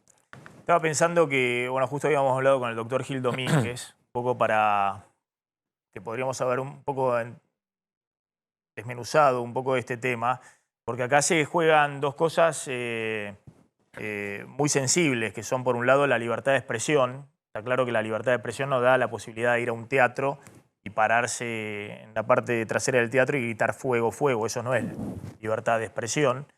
Pero bueno, está por un lado eso, lo que se dice en las redes sociales, lo que se dice en los medios. Y otra cosa es la incitación a la violencia, el armado de situaciones de violencia que pueden devenir en actos mayores. No sé cómo sigue la causa. Tengo entendido que está bajo secreto de sumario, pero no, sí, hoy justo, no creo... justamente no se creo, levantó en este momento. No creo porque no creo que el doctor Martínez Di Giorgi haya dictaminado estas detenciones, porque se han hecho tantas cosas durante tanto tiempo en las redes sociales y que ahora se hayan hecho 11 allanamientos y estas detenciones directo por lo que se dice, no creo que sea solo eso. Porque decir, en general en la democracia, se dice cualquier cosa en las redes sociales y eso puede tener penalidades, puede tener causas abiertas y demás. Ahora, las detenciones directas, debe haber algo más en la causa, me imagino, que tiene que ver con estos actos de violencia. Pero bueno, la próxima vez vamos a hablarlo con algún abogado para poder entender un poco más de qué se trata esto que ha ocurrido. Que, insisto, parecen como dos causas paralelas, una del atentado a Cristina Fernández de Kirchner y otra esta causa de Revolución Federal. Tengo entendido o he leído por ahí que la vicepresidenta sospecha, Sí. se ha presentado en la Ella causa del atentado y sospecha que hay un vínculo entre su atentado y la actuación de esta agrupación Revolución Federal. Eso lo ha presentado en el expediente de la causa del atentado. Es así, la vicepresidenta se presentó como querellante en la causa, también la de Revolución Federal, y lo que está planteando es esto, que existen vínculos entre lo que fue la planificación del atentado en su contra de la banda de los Copitos y esta banda de Revolución Federal. Por ahora, hasta lo que sabemos, y como decís, hasta hace instantes la causa estaba bajo secreto de sumario, se abrió en estas horas, habrá que ver un poco más el expediente, pero bueno, en principio son dos cuestiones separadas y el único nexo real que hasta ahora existe es la foto de Brenda Uriarte en las manifestaciones o en los scratches de Revolución Federal. Habrá que ver si en las próximas horas aparecen nuevas pruebas o nuevos indicios que unan las dos causas. En su momento dijimos, cuando en 2016 o 2017 hubo algunos tuiteros que amenazaron al expresidente Macri y la ministra de Seguridad hizo como corresponde una denuncia penal y hubo un fiscal y un juez que ordenaron la detención de esos tuiteros con allanamientos y demás, que, ojo, que la democracia permite la libertad de expresión, pero no se puede decir absolutamente cualquier cosa y hay que hacerse cargo sobre eso. Me da impresión de que esta causa es algo más, que no es solamente lo que había ocurrido en su momento, que hubo detenciones que fueron muy criticadas, sí, por ejemplo, por personas que actualmente están en el gobierno, por kirchneristas, diciendo cómo puede ser que haya persecución a tuiteros porque están profiriendo amenazas en las redes sociales contra el expresidente Macri o contra su hija, Antonia. Y decían que tenía que prevalecer la libertad de expresión. Bueno, parece que esas voces hoy no dicen nada porque obviamente se está investigando a una agrupación que es muy crítica del actual gobierno. Es obvio que así como en su momento un juez podía y un fiscal ordenar la detención de personas porque estaban profiriendo amenazas contra el expresidente y contra su hija, hoy puede ocurrir lo mismo, pero me da la impresión de que esta causa es algo más, que no es solamente el hecho de una amenaza en Twitter Space, como ha trascendido hasta ahora. Pero bueno, veremos más adelante. ¿Qué está pasando en el mercado cambiario en este momento? Un mercado cambiario que está estable, con valores muy parecidos a los que vimos durante la semana. 290 pesos el dólar paralelo, 293 el dólar bolsa, ahí donde dolarizan las empresas, lo mismo que el contado con liqui, está en un nivel similar, 303 pesos. Ahí la cuestión central, Maxi, es qué va a pasar a partir de la semana que viene con el Banco Central, si va a poder seguir o comprando dólares o por lo menos no perdiendo reservas. Ayer un Banco Central que decidió mantener la tasa de interés, pero le dio un aviso al mercado. ¿Qué aviso le dio?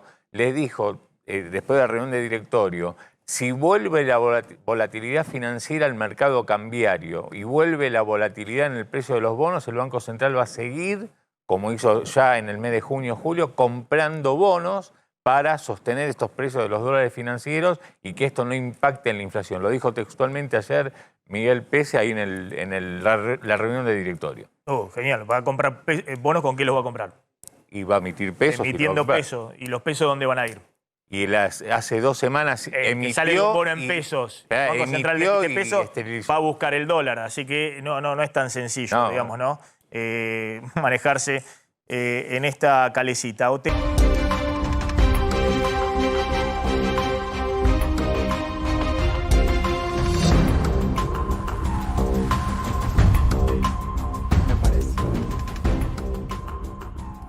Bueno, atención que habló el presidente Alberto Fernández y habló de Gran Hermano y de Alfa, el participante de Gran Hermano que lo había acusado de recibir coimas. Sí, habló el presidente Alberto Fernández, dio una entrevista y dijo: no me voy a quedar callado cuando me agredan.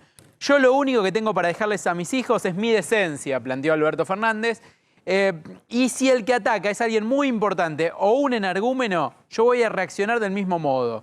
Porque lo que están poniendo en tela de juicio es la honestidad del presidente de la nación. Es la primera vez que el presidente Alberto Fernández habla desde que se hicieron estas denuncias, lo que deja explícitamente claro que es él el que está detrás de la defensa o de esta denuncia judicial que se va a presentar a través de Gregorio Dalbón. Por lo tanto, el presidente dice: no me voy a quedar callado cuando me agredan, no me importa de dónde vengan esas ofensas. Siguiendo en esta línea que había planteado Maxi cuando fue lo de IDEA, ¿no? Esta cosa de que el presidente no tiene denuncia de corrupción, mientras que él es el único que no pidió plata para la obra pública, etc. Entonces, la primera defensa del presidente Alberto Fernández después de estas denuncias que hizo este personaje Alfa de Gran Hermano, que recordamos, había dicho que él recibía coimas de Alberto Fernández y que era muy conocido de Claudio Ferreño, que es el presidente del bloque del Frente de Todos en la legislatura. Recordemos, Maxi, que esto también generó internas dentro del gobierno. Por todo hay una interna en el gobierno. Porque parte del gobierno, en la línea de Diego Brancatelli, nuestro colega que ahora está en C5N, consideraron que lo levantan a este energúmeno, como le dijo el presidente, bueno, yendo al debate, ¿no? Que ya nadie estaría hablando de esto, dicen dentro de la Casa Rosada, si no lo hubiesen subido al ring Cerruti en su momento y Alberto Fernández ahora. Maxi, Alberto Fernández también habló del tema paritaria de los camioneros. Recordemos, ahí también hay un contrapunto. Esperemos el tema ese, a ver si nos quedamos con esto, a ver si entiendo bien. Mientras Cristina Fernández de Kirchner está en todo el armado del 2023, en un tira-afloje con el PJ, los gobernadores, los intendentes, los que quieren elegirse como líderes del peronismo para el 2023, mientras Sergio Massa está gestionando la política económica y el acuerdo con el FMI, algunos dicen que directamente está gobernando, está a cargo del gobierno. El presidente está discutiendo con un integrante de Gran Hermano Exactamente. Esto es lo que termino de entender. Esto es. Donde está hace 3 días por esta acusación que hizo durante 30 segundos un integrante de Gran Hermano. Y el presidente se sube al ring en esta discusión porque dice que quiere resguardar su honor. Está, para un segundito, está Ricardo Rubier. Ricardo, gracias por atendernos, muy amable. Buenas tardes, ¿qué tal? ¿Cómo le va? Bueno, lo resumí así nomás, pero no sé cuál es tu opinión respecto a esto. Sí. En realidad es una situación, por lo que he escuchado con su relato en detalle, hay aspectos o detalles que yo no conozco, pero que acabo de enterarme. Yo diría rápidamente de que la situación queda muy ambigua. Por un lado, queda claro de que se quiere cuestionar al presidente porque el presidente sale en su propia defensa. Y por otro lado, lo contrario de esto sería decir qué bien que hace el presidente en salir en su propia defensa. No queda claro, y yo creo que esa falta de claridad, si usted me permite, esa falta de claridad tiene que ver con una suerte de comunicación intencionada que hay desde hace mucho tiempo, y seguramente el presidente no es ajeno ni es totalmente inocente a ese tipo de comunicación, en la cual la comunicación es una comunicación contra el presidente de la Nación, en detrimento de sus atributos, en detrimento de su jerarquía. Eso es lo que yo siento, es lo que a mí me parece. Ahora, Ricardo, te lo pongo en estos términos. Sale a decir en 30 segundos un integrante en un programa cualquiera, en este caso Gran Hermano, que es un programa que tiene gran rating, pero es un programa de entretenimiento total, qué sé yo, un reality estilo los 90. Sale a decir que esto del presidente. La verdad que, por ejemplo, en este programa que hacemos temas políticos, si no hubiese salido la vocera presidencial con varios tweets, trenzándose, no solamente cruzando al integrante de Gran Hermano, sino que trenzándose con líderes de la oposición, no hubiese sido tema. Ahora, seguramente, que en este momento que sale el propio presidente hablando de la acusación del integrante de Gran Hermano, insisto, parece increíble que estemos hablando de esto. Obviamente es un tema político que nosotros tenemos que abordar. ¿Cómo no vamos a abordar? Entonces, ahí me parece que, no sé, más allá del tema de comunicación política, me parece que el presidente está con demasiado tiempo. Eso es lo que me parece. Bueno, acá aparece lo que yo le decía, Maxi, cuando recién le señalaba que esta actitud del presidente de dar un paso adelante, decir, bueno, acá estoy, ¿qué es lo que dicen de mí? Es una opinión criticable por lo que veo, por lo que usted dice, en términos de que pone al presidente en un lugar que no debería estar. Es discutible, es discutible si debería estar o no. Es evidente que el presidente tomó la decisión de salir en su propia defensa, eso está claro. Y comprendo, y cuando uno comprende a un ser humano, un hombre, una mujer, en circunstancias parecidas, se da cuenta que eso es humanamente posible.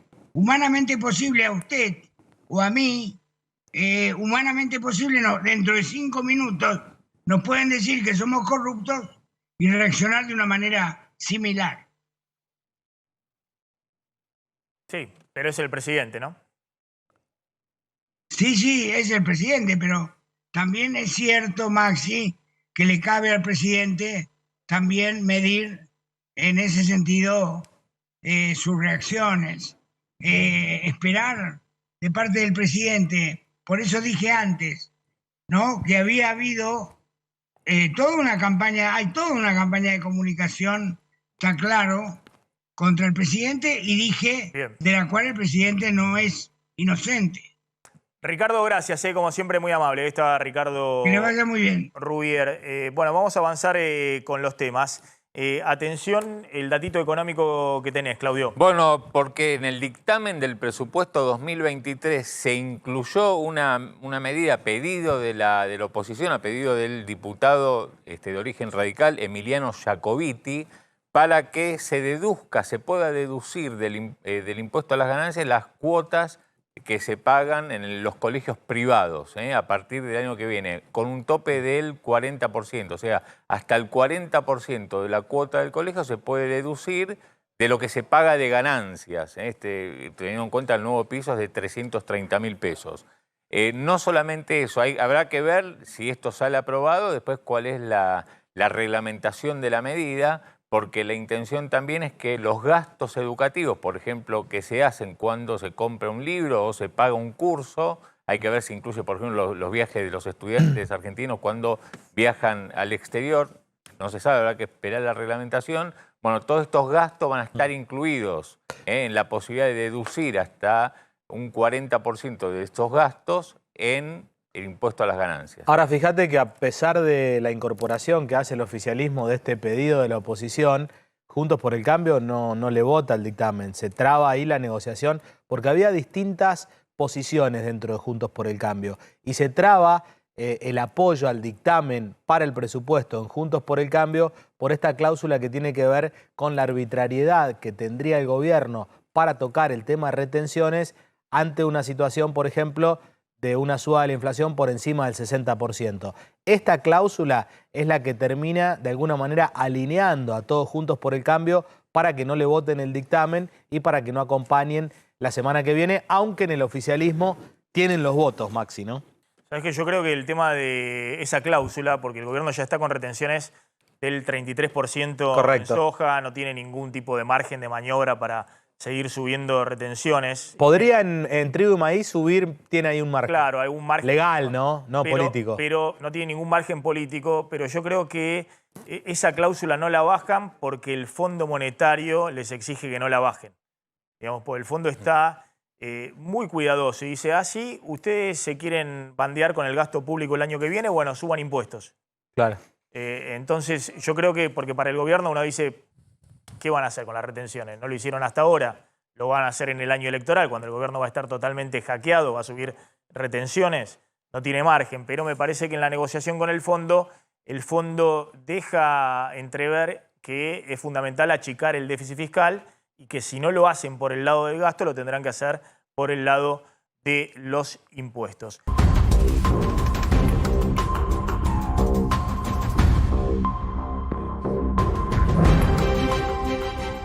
Una reacción dentro del oficialismo a lo que había dicho Kelly Olmos, la ministra de Trabajo.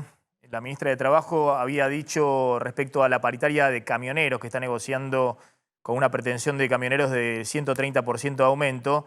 Dijo Kelly Olmos, no podemos generar un nivel de ajuste excesivo que tenga un impacto en el costo de vida. Palabras más, palabras menos, lo que dijo es que esos aumentos salariales lo que hacen es retroalimentar o potenciar la inflación. Y salió a contestarle Fernanda Vallejos, que tuvo una declaración muy fuerte diciendo que ni la derecha está planteando hoy que los salarios sean motor de la inflación. Está en diálogo con nosotros Fernanda Vallejos, diputada del Frente de Todos. Fernanda, gracias por atendernos, muy amable.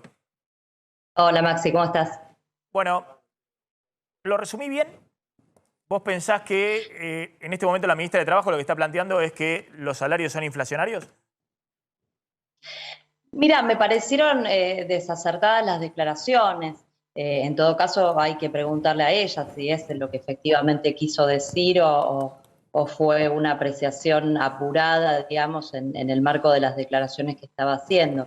Lo que sí me parece que es importante dejar claro, en un contexto harto complicado como el que estamos viviendo, es que obviamente no son los salarios los que están promoviendo la inflación en la Argentina, sino que por el contrario, precisamente la inflación es lo que está determinando la caída real de los salarios ya desde hace un tiempo muy prolongado, porque este derrotero de deterioro de los salarios y de los ingresos en general ha comenzado en el 2016 y de manera prácticamente ininterrumpida los trabajadores han venido perdiendo capacidad adquisitiva y han venido perdiendo profundamente participación en la remuneración de su trabajo en el ingreso nacional, ¿no? 10 puntos prácticamente se han perdido desde el 2016 y eso en términos distributivos obviamente es una enormidad, ¿no? Por eso hoy la prioridad tiene que ver con la recuperación de los ingresos reales y eso implica, por una parte, obviamente la recomposición nominal para recuperar, aunque sea en parte, esa pérdida acumulada y lógicamente e inexorablemente seguir trabajando en ponerle un freno a esta dinámica inflacionaria porque es evidente que no hay nominalidad que alcance si la inflación no encuentra también un límite, ¿no? Y se sigue comiendo las mejoras nominales. Claro, sí, yo planteaba desde diciembre del 2016, ahora los trabajadores registrados, asalariados del sector privado, cayó su ingreso real, su poder adquisitivo 15%, en el salario público 20% y en el caso de los trabajadores informales 35%. Es un derrumbe inédito, claramente con inflación del 100%, 5 millones de trabajadores informales más 4 millones de contrapropistas, no hay forma, no hay chance de que se acerquen a esa inflación, por eso la prioridad debe ser bajar la inflación. Carlos, una pregunta. Sí, en un contexto donde la imagen de Alberto Fernández estaba mejor que la de ahora, circuló un audio, es imposible no linkear con aquel episodio donde vos lo trataste de mequetrefe y de ocupa Alberto Fernández. ¿Seguís pensando eso del presidente? No, eso fue en un contexto, pasó más de un año, ¿no? Sí. Fue en un contexto post-paso y fue, y esto es tal vez lo que me queda como moraleja de aquella sustancia, fue ese audio, en realidad, una invasión, en definitiva, en el marco de una conversación privada, ¿no? Y esto sí me parece que amerita una reflexión en un contexto donde estamos atravesados por el espionaje ilegal, donde es la propia política la que hace uso del espionaje ilegal para atacar a su adversario o tal vez a quien considera su enemigo más que su adversario. Y eso me parece que fue en realidad la cuestión de fondo, ¿no? Que es lo que debe quedar de aquello. Después, uno por supuesto en su intimidad y en un contexto de libertad de expresión se expresa de la manera como la siente en el momento. Obviamente, sí, por supuesto, lo sigo pensando todos los días y lo reafirmo que la responsabilidad de esta coalición de gobierno que nuestro espacio integra y que además creo que hemos sido la piedra basal para su conformación, tiene la responsabilidad de honrar el contrato electoral. Por eso estamos, por ejemplo, conversando de este tema que estamos conversando ahora, ¿no? La recuperación de los ingresos y de los salarios es una parte fundamental de lo que anida en el corazón de la expectativa de los argentinos y de las argentinas que confiaron en el Frente de Todos en el 2019 cuando eligieron a esta coalición de gobierno precisamente para llevar adelante los destinos de la Argentina y quebrar con esa dinámica que había comenzado durante el gobierno de Mauricio Macri, que ya había significado un profundo deterioro de la calidad de vida en esos 4 años.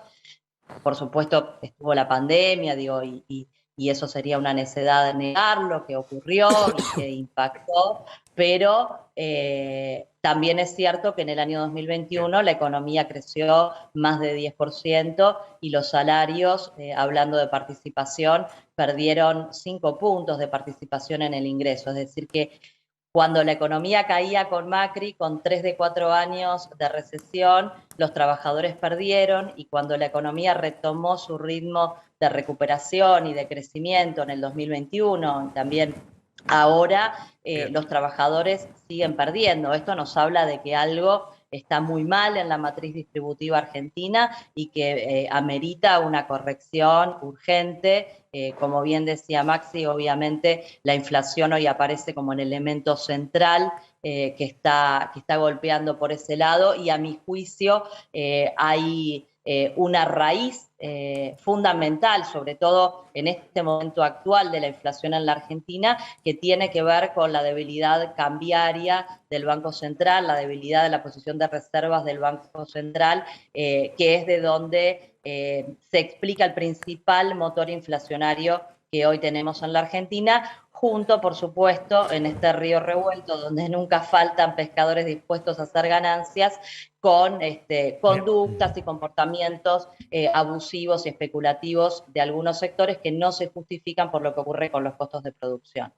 Fernanda Vallejos, gracias. Estamos sobre el final del programa. La seguimos en otro momento. Me parece que el próximo año va a tener que definir el gobierno cuál es el modelo, porque sigue habiendo diferencias profundas de los distintos economistas del gobierno respecto a cuál es el curso a seguir para alcanzar el objetivo que estaba mencionando Vallejos. Está Adrián Sack en Estados Unidos. Adrián, ¿qué tal? ¿Cómo estás? Estoy cerrando con vos, tengo un minuto. Adrián, discúlpame. Sí, ¿qué tal? Bueno, muy buenas tardes, vamos rapidito entonces comentando que desde el gobierno de Biden, en particular el portavoz del Consejo de Seguridad de los Estados Unidos, John Kirby, dijo que tienen pruebas sobradas para demostrar que el ejército de Irán, a través de asesores militares, estuvieron en suelo ucraniano, en particular en Crimea, asesorando al ejército ruso en el uso de drones, estos drones, los drones kamikaze que han dejado sin energía eléctrica al 40% de la población de Ucrania. Con lo cual, bueno, ya, digamos, hacen meter a Irán directamente en la contienda. Bien, Adrián, gracias. Muy amable, como siempre, Adrián Sack desde Estados Unidos. El último, el datito de Alberto Fernández sobre camioneros. Bueno, dijo que seguramente va a haber una resolución en esa negociación de la paritaria en un punto de equilibrio. Seguramente van a encontrar un punto de equilibrio, dijo Alberto Fernández, metiéndose también en otra de las internas que analizamos esta tarde, donde la ministra de Trabajo dijo que si se le daba, digamos, si camioneros llegaba a tener un aumento del 131%, que es lo que pidieron, bueno, eso iba a impactar en la dinámica inflacionaria. Alberto Fernández tomó distancia de eso, pero dijo que, bueno, van a tener que llegar a un acuerdo que tenga que ver con un equilibrio. Nos estamos retirando, gracias a la gente de Varonil que me viste y me acompaña como siempre. Hola Maxi, ¿cómo estás? Vienes Marian, solita ¿cómo andás? porque está Robertito por ahí. ¿Todo bien? No, ¿Cómo estás? Sí, no, mejor lejos, porque vos decís, ¿no? Ahí está Robertito. Sí, te vi ayer con Ana Alas y con otras integrantes de estuvimos de en los Martín medio Fierro de periodístico. cable. Sí. Exactamente. Felicitaciones a nuestro colega Edu Bataglia. Exactamente, que ganó ahí el Martín Fierro. Sí, por Vivo el sábado, los sábados mañana de 7 a 13 acá en Vivo, programonas en todos los sábados. Exactamente. ¿Y cómo estaban ahí con las fotos y demás? ¿Te gustó? ¿Me aprobaste el look? ¿Me aprobaste el look? La verdad que impactante. Bueno, perfecto. Entonces me quedo tranquila, Maxi. Y también las poses. Las poses. En Instagram. Yo te hice No, era así como hacías caminar para adelante. ¿La viste en el Instagram? Y sí. No, sí, aparte me sacó las fotitos. ¿Quién te cree que fue fotógrafo? ¿Quién fue mi fotógrafo? Claro. ¿Qué te parece? Ella caminaba con el vestido así. Sí, mucho glamour se nota que hubo en el Martín Fierro. Había que divertirse, Maxi, también. ¿La pasaron bien? Era la idea. Nos divertimos, glamour también, pero nos divertimos. Comimos de rico. Me imagino. Rico. Mariana. Ahora con Luis Ventura, todo lo que pasó en los Martín Fierro no te lo pierdas. Caras largas habían, ¿eh? ¿No? Se quedan con Mariana y con Roberto. Chao, Maxi. Buen fin de semana. ¿Puedo hacerlo yo también?